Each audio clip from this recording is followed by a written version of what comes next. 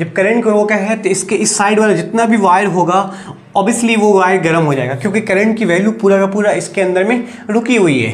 तो directly proportional to resistance of wire, ये हो गया,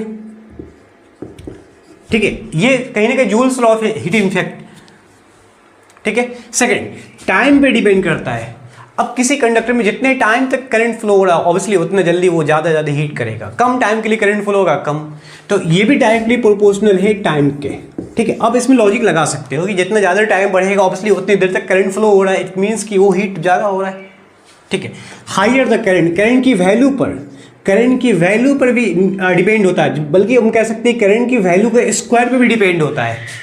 इतने बड़े फैक्टर्स होते हैं, मतलब हीट ऑफ एनर्जी जो होता है, हीट जो होता है किसी कंडक्टर का एनर्जी प्रोड्यूस होता है वो करंट के स्क्वायर के मतलब डायरेक्टली प्रोपोर्शनल होगा, ये समझ लीजिए आप। अब तीनों इक्वेशन को अगर हम कंबाइन करेंगे तो हमारा आ जाएगा H directly proportional to I square R T, ठीक है। I square R into T, ये होता है Joule's law of heating effect, जिसमें heat of conductor is directly proportional to resistance and temperature and time and square of current flowing through them, ये होता है Joule's law.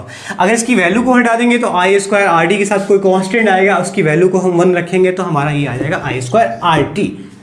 अब सवाल है कि ऑब्वियसली कौन कौन से जो अप्लायंसेज है वो हीटिंग इफेक्ट पे काम करेगा। बहुत सारे हमारे घरों में अप्लायंसेज जो हीटिंग इफेक्ट पे काम करता है, मतलब ये होगा कि करंट फ्लो हुआ, गर्म हुआ, क्योंकि जैसे इलेक्ट्रिक आयरन हो गया जिसके अंदर में नाइक्रोम का प्लेट लगे होते हैं, रीज़न है कि उसका रेजिस्टेंस हाई होता है, बहुत ज़्यादा हाई होता है, करंट फ्लो करते हैं तो करंट की वैल्यू को रोक देता है, जिसकी वजह से वो गर्म हो जाता है, ठीक है। वो सारा बहुत सारे लॉजिक हैं। इलेक्ट्रिक केटल हो गया, इलेक्ट्रिक, मैं आपको कुछ डायग्राम दिखाता हूँ।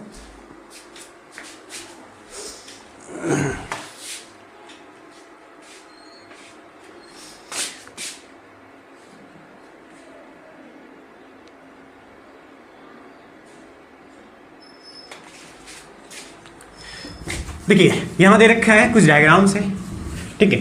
यहां इलेक्ट्रिक रॉड हो गया, इलेक्ट्रिक कॉइल हो गया, करंट फ्लो कर रहा है, हीटिंग इफेक्ट पे काम कर रहा है।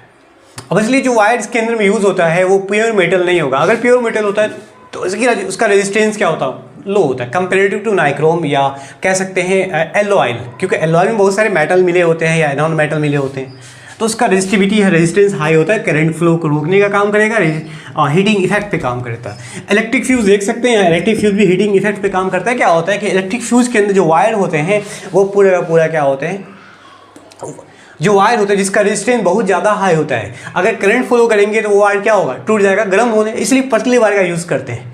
पतले वायर का इसलिए यूज़ करते हैं जो गर्म हुआ टूट जाएगा। टूट जाने का मतलब ये हुआ कि हो सकता है किसी ओवरलोडिंग की वजह से हो सकता है, या शॉर्ट सर्किट की वजह से करंट जो फ्लो रहा है उस वायर के अंदर में या उस सर्किट के अंदर में वो अचानक उसकी वैल्यू बढ़ जाएगी, तो ऑब्वियसली ये गर्म होगा, गर्म होने पर टूट जाएगा। टूटने के बाद मतलब क्या होगा, हमारे घर में जितने अप्लायंसेज लगे होते हैं वो सारे के सारे सेफ रहेंगे। इलेक्ट्रिक आयरन में बताया था कि इसमें नाइक्रोम का प्लेट लगे होते हैं, साथ साथ इलेक्ट्रिक बल्ब है या रूम हीटर है या इलेक्ट्रिक रॉड भी होता है, ठीक है। आप